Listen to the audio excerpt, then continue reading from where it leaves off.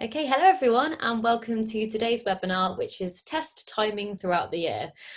So we kind of wanted to finish the year on a webinar that just gets you thinking about what's happening next year, what kind of studies you need to schedule, and kind of think about now how you need to schedule that to make sure you get really valid data, basically. So this webinar is being recorded, so I'll send out the recording afterwards, and there will be some time for some question and answers at the end, so feel free to put in any questions you have into the little Q&A box as we go through it, and we'll be really happy to answer those towards the end.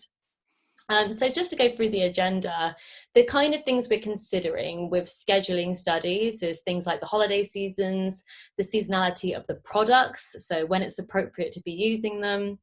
Basically, we want to think about forward planning. So as we're saying, product development's quite a kind of moving process. Things change, you come up with new products, but the more you can think about now about how you need to forward plan when that testing should be scheduled, the easier it's going to be for your product launches to be smooth, basically, and to get the right evidence. And there's a couple of case studies we've got just to kind of give examples of people that have thought about that process and how that's worked really well. So I'm joined today with Thomas. So Thomas, please can you introduce yourself? Thanks, Carys. Yeah, I'm very happy to. I'm Thomas Marquadt, and those who don't know me, I'm with Aiton now for the last, been there for 6 years. I've been market researcher throughout my life, well, not my whole life, but at least my professional life. Started and worked a couple of years in Unilever in a number of jobs, locally, regionally, and globally. And after I left it, I created my own consultancy and then came across Aiton Global Research. And I'm now heading the German business and also working very closely with Carys and the team on some international projects. And I'm happy to be here and happy to be able to join Carys in this little webinar just before Christmas. Thanks, Thomas. And so for those of you who don't know me, I'm the Regulatory Director at Aiton Global Research. So I'm really considering kind of advertising standards, FMCG regulations, mainly kind of cosmetic regulations, just to make sure that the evidence we're providing you is going to be the best that you can use in your key markets. So I've also been with the company about 8 years now. Kind of worked my way through working with clients to be a study manager and now into a more focused regulatory role, basically using all of the experience I've had to make sure I can deliver the best advice possible.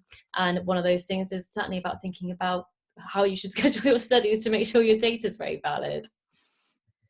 So Thomas, if you can launch us into our first kind of topic.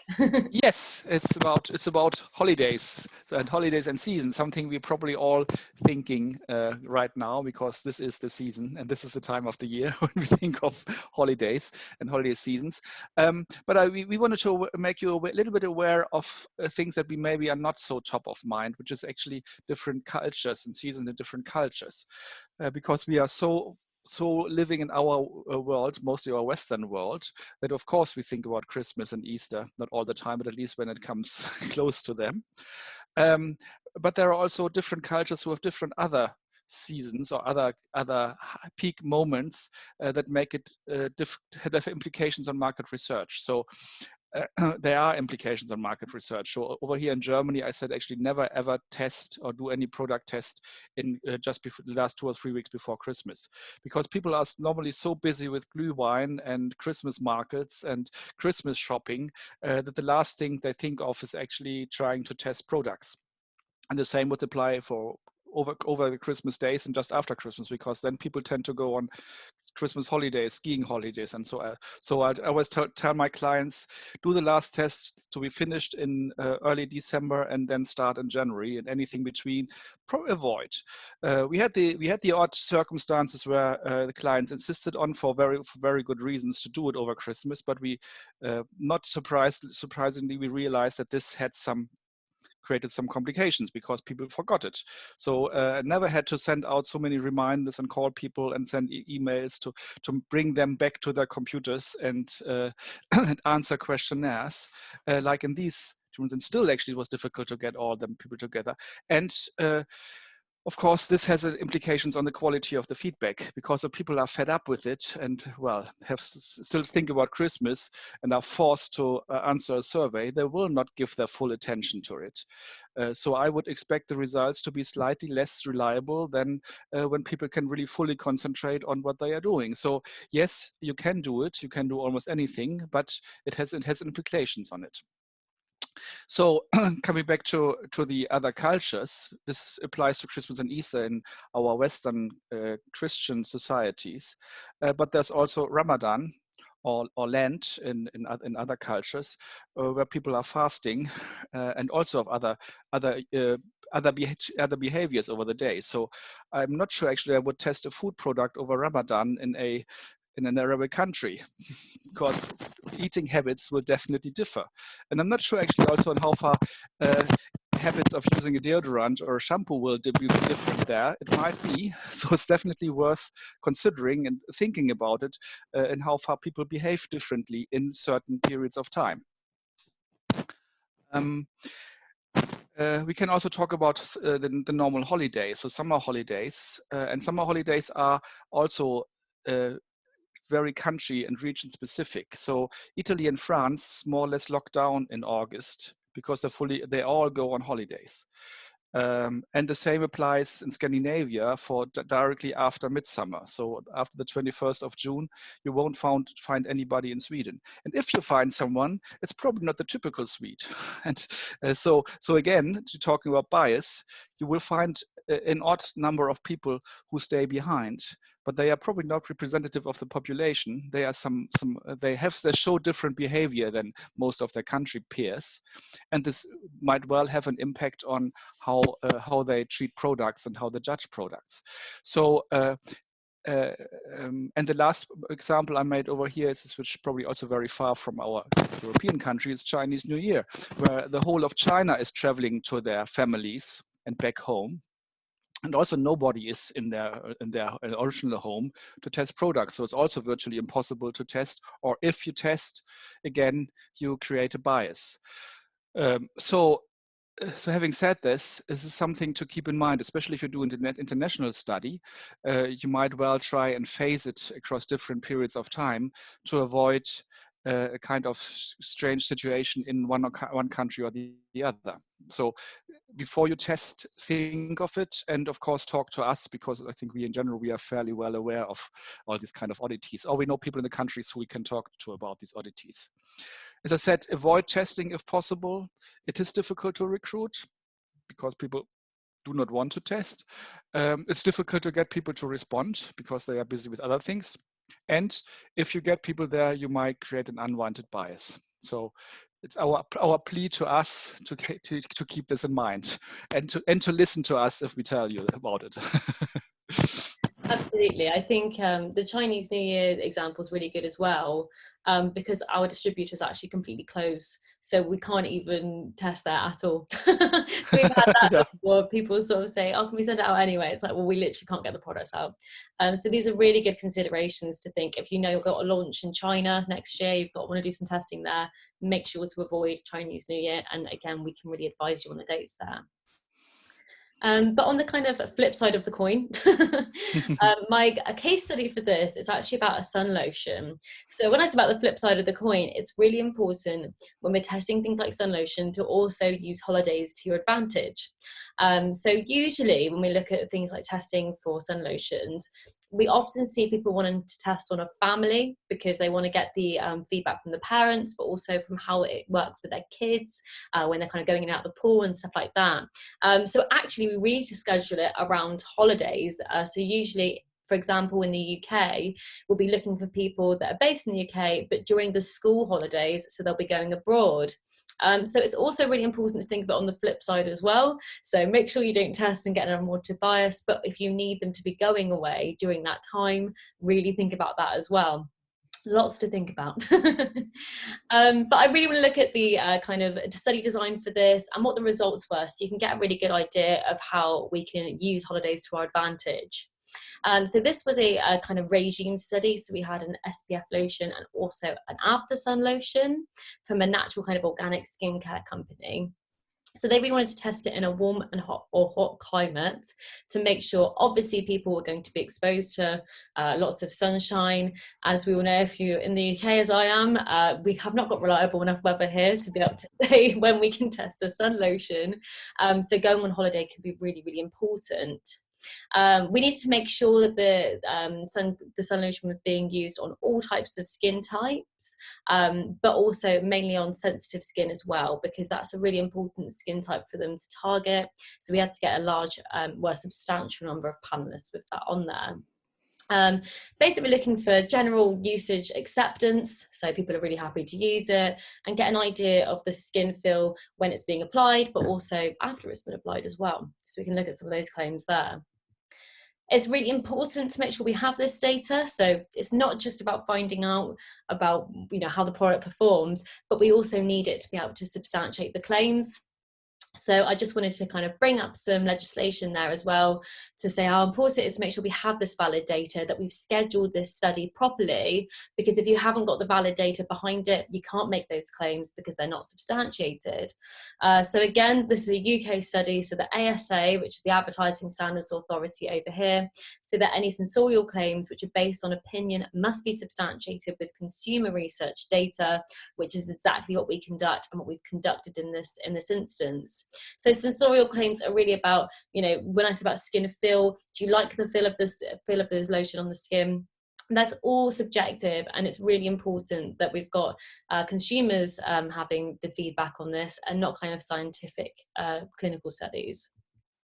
So the study design for this, obviously UK panelists going on holiday, said about it being a regime. We just did a 7-day study because that is the average kind of holiday time. So most people go away for a week. It would be really quite tricky to get people that are going away for 2 weeks, because not everyone does that. So we can recruit people that are going on holiday for that long, but we know they need to at least have 7 days abroad so they can at least use it for that time period. It was really important for this client that they used organic and natural products already, because that is their target consumer. They obviously had to use the right kind of level of SPF so they could use it as they usually would. And they had to be obviously a warm to hot climate. It's no use getting someone that's going on holiday but they're going somewhere cold, because they wouldn't be able to do the assessment. And as I said, we needed to have a substantial amount of sensitive skin on this study. So we went for 50% to make sure we had lots of feedback there. And just to give you an overview of what the results look like for this product and what kind of claims we were able to make. So on the left-hand side of this has come directly from our reports. It's kind of a summary table. On the left-hand side, we've got our questions, which are essentially our claims. We've got the number of people that said they were satisfied, neutral, and not satisfied. But most importantly, we've got our percentage of people there as well. The percentage is really important because not only do we get a pass mark from that, so we know that we might set a sort of 66% majority to pass the claim, but also we can lift this straight into the advertising as well.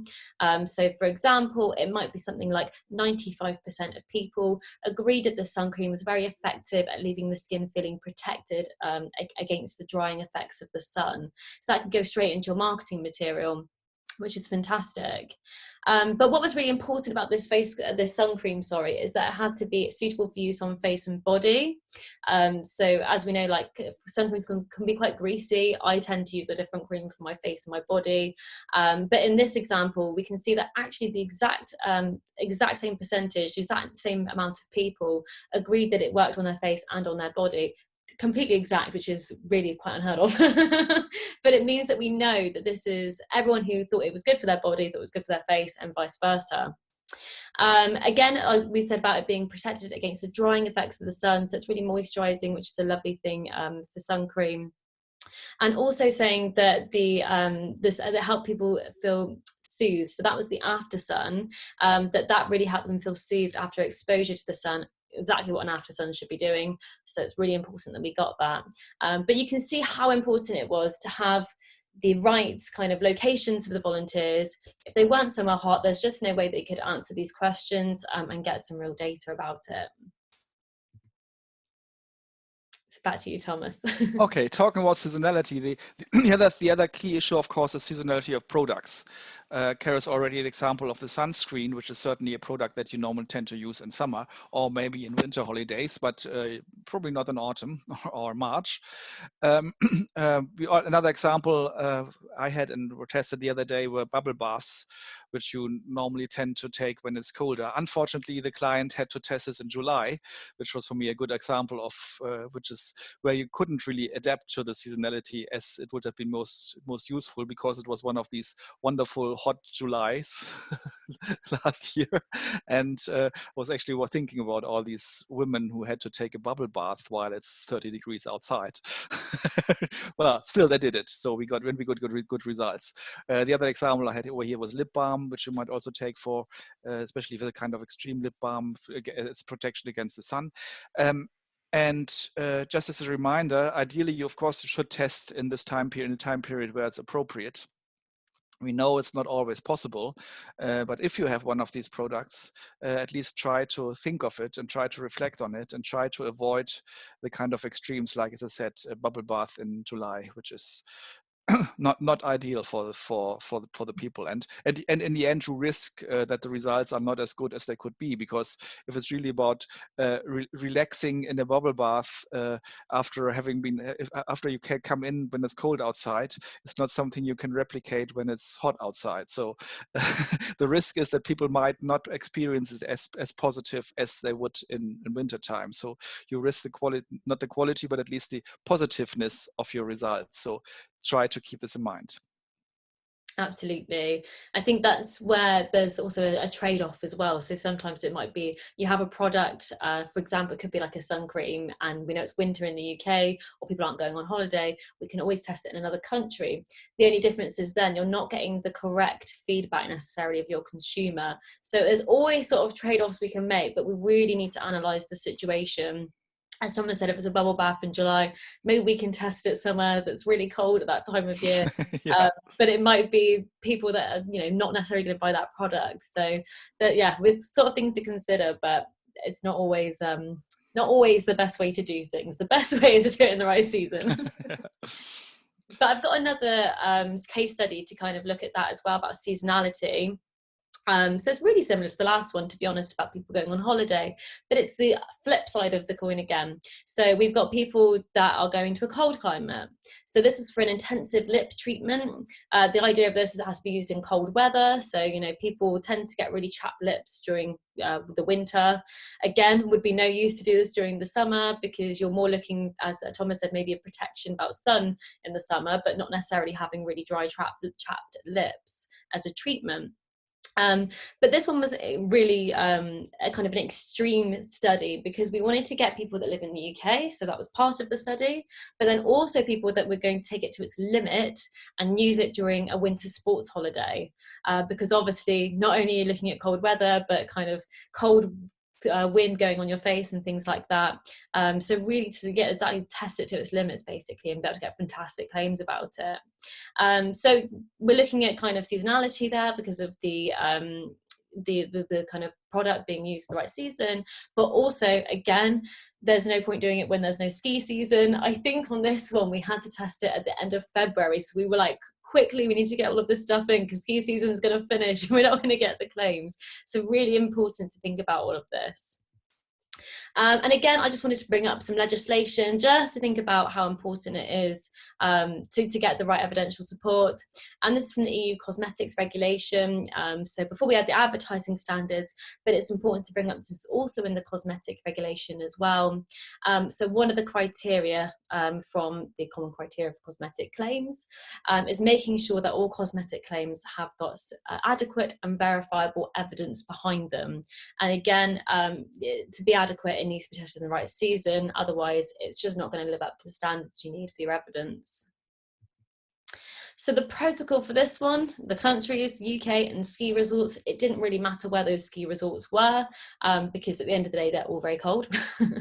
It's just a single placement study this time, so we're just looking at one product. This was a 28-day study. Obviously, we were looking at people that were going skiing for 28 days, but as we said, we're also looking at people that are using it in the UK. So the people that were going skiing would be using it as well during kind of time at home, but then they ask additional questions about how it performed when they went on holiday as well. We had a nice wide age range for this study because it didn't really matter too much. It's just about whoever would use it within that age gap. They all had to have very dry, flaky, chapped, cracked lips. As I said, very intense treatment. It's for people that have really got a kind of very severe lip problems during the winter, because we needed to assess all of those claims as well. So it's really important that they had all those problems. They had to regularly use a lip balm. It had to be something, basically we're looking for a product that performs better than what they usually use. And as I said, a small portion of those people had to go on holiday. So what did our claims look like for this one? So again, I've got that same table for you, just to break down the percentage of people. But we can see the claims this time are obviously really focused on those different problems people have with their lips. And they've got some fantastic results about those as well. So things about being relieved from dehydration, the condition looking improved, it feels nourished and cared for, feels really hydrated, and the texture's improved as well. So general improvement of everything from the look of the lips to the feel of them as well. And as I said, they're all over 80%, so that just looks fantastic in their advertising. So back to you, Thomas. Yeah, we already touched on this. So what if testing is not feasible? Because we know you all have your restrictions and you know development cycles are short and a product needs to be launched, and you cannot test 1 year and then wait another year until you launch a product. So we know that you have to adapt one way or the other. And we already flagged some solutions. The first thing is like in this wonderful first example that Carys showed to you, test in a different country. So Mediterranean countries for heat requirements. If it has to be hot and you're outside, maybe indeed go to another country. Think of additional usage instructions. So for instance, spend time outside if you really want to work on your cracked lips or anything, and maybe your lips tend to be tender inside. If the temperature outside is a bit different, you can stress your lips a bit more, and or think of any other way of actually that somehow replicates the requirements of your products if you can't really have it in season. And of course, you could also think of different questions. So remember, we had a lip balm extreme that was supposed to be mainly done in winter sports, whatever, but it was a season where there were no winter sports or whatsoever.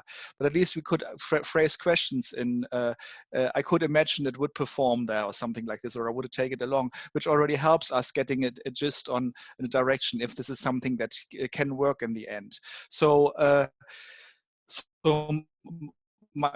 our key message is anyway, be creative. Huh? So if it can't be perfect, there are ways around. Don't hesitate. Don't be frustrated. Talk to us, and together I'm sure we'll find a solution that will help you in a way to come to proper results and test your products.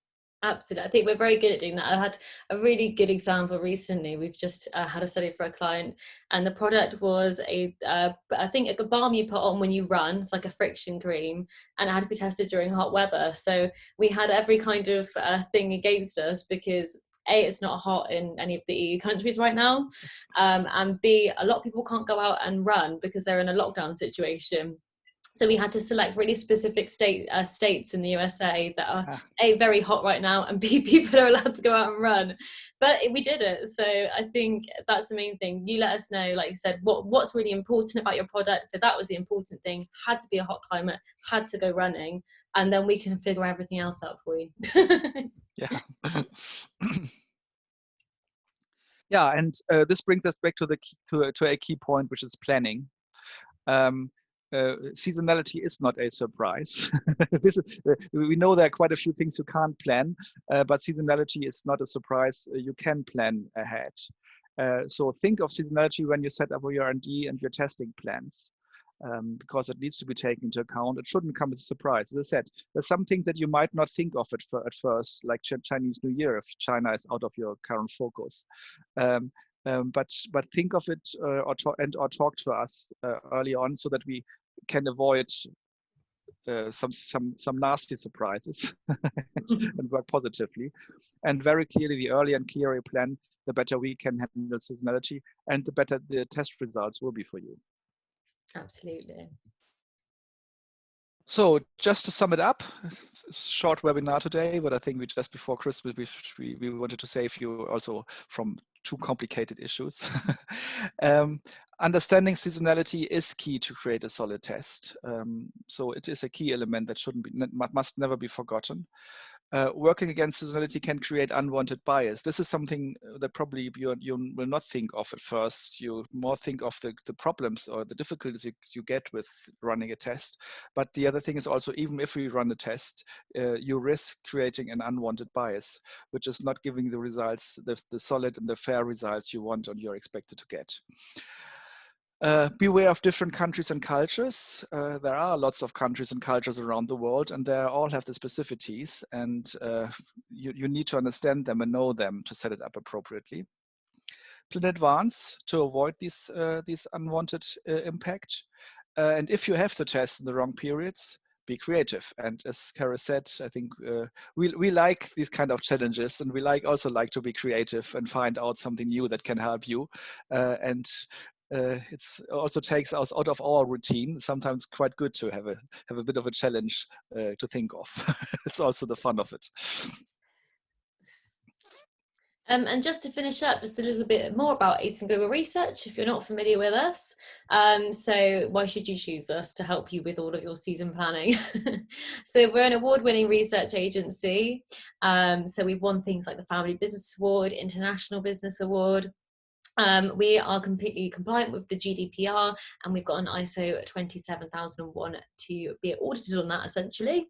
Everything has also got undesirable event reporting with it, which is made in accordance with the Cosmetovigilance Act.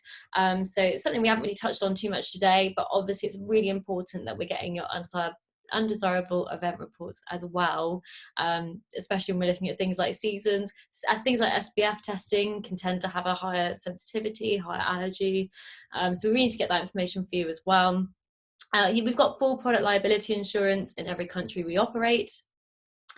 We've got an ISO 9001, which is to do with our quality assurance. We're a partner to the Market Research Society, so things like study design, questionnaire design, we're all fully trained on, and we have audits for that as well.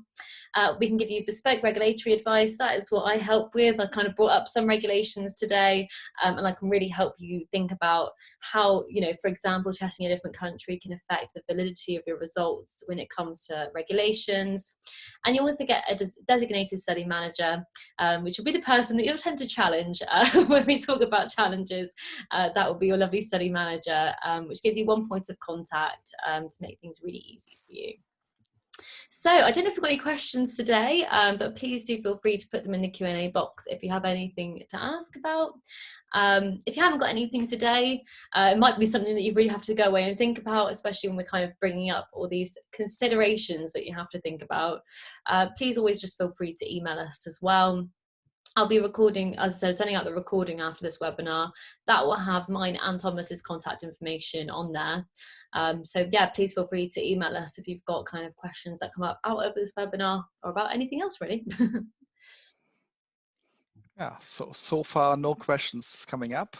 I don't know if we'll get any questions today. Probably also people already thinking of holiday season and Christmas season. Absolutely. Well, we're nearly there.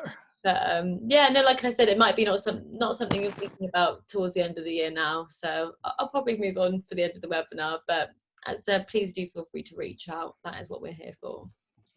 So just to finish off, just some things about the SCS, Society of Cosmetic Scientists. So there's a cosmetic learning distance learning course, which is available anywhere in the world at any time in the essentials of cosmetic science. So that's something you want to look into. There is a website link there. There's also the IFSCC Congress, which will take part in London in 2022. We're getting there, nearly got the vaccination together, guys. So hopefully by 2022, we'll be meeting together again. So you can register your interest there now. And there's our contact information, but as I said, I will be sending it out in an email as well. Thank you so much for joining today, and thank you so much for joining me, Thomas. Thank you, Carys. It was a pleasure. And thanks of all of you who were listening. Yes, thank you very much. And yeah, well, hopefully this will be the last webinar for the year, so we'll see you in the new year. Yeah, and have a great Christmas time. Thank you.